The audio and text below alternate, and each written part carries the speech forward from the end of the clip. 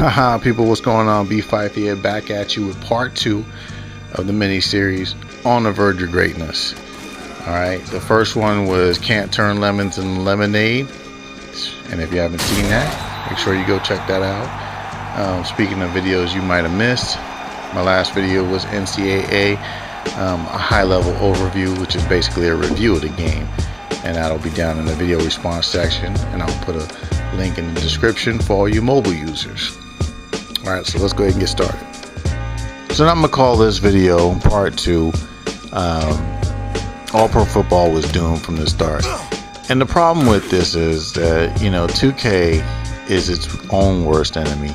I mean, they basically created a game that they were hoping that people would be drawn to the legends, and they had to go out and ink all of these deals with all of these different legends that were not part of any current players association, and they did this basically because they were still shell-shocked after not being able to support the NFL brand, so they still had to try to find some type of a gimmick or what have you to draw people with some kind of familiarity, and totally just turning their back and not having the confidence in their gameplay to make that the draw.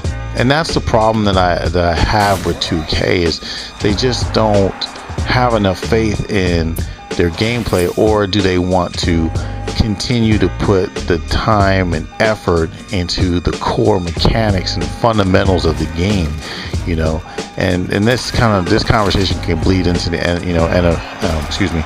this conversation can bleed into the NBA series. But with AllPro Football, again, it was doomed from the start, because here you have NFL players that were from different eras. There's no way you can have a successful franchise when you have Larry Zonka and Deion Sanders on the same team. You just can't do it. I mean, unless you just try to block that out, that they were two different players in two different eras, but you can't do it. And 2K knew that. That's why they only had the season. They didn't have a franchise, because they knew they couldn't successfully pull it off. Here's the other problem, is they didn't really completely understand the agreement that EA had with the NFL.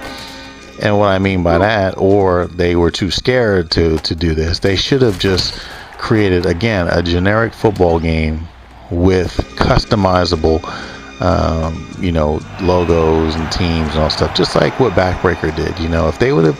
If they would have put together a product like that, we wouldn't have lobbies that have one person in there, and that's you, the one that actually initiated the online.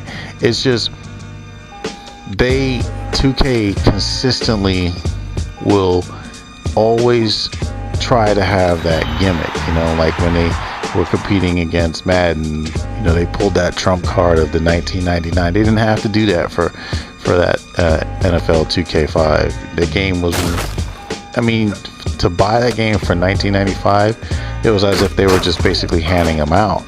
You know what I mean? And I'll get into this a little further about just the marketing strategies at 2K, because that's another part of their demise, or their systematic demise.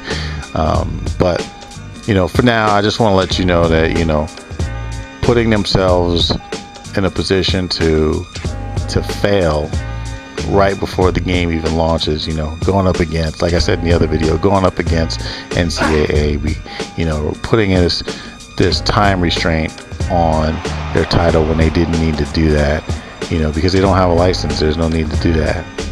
They just basically fabricated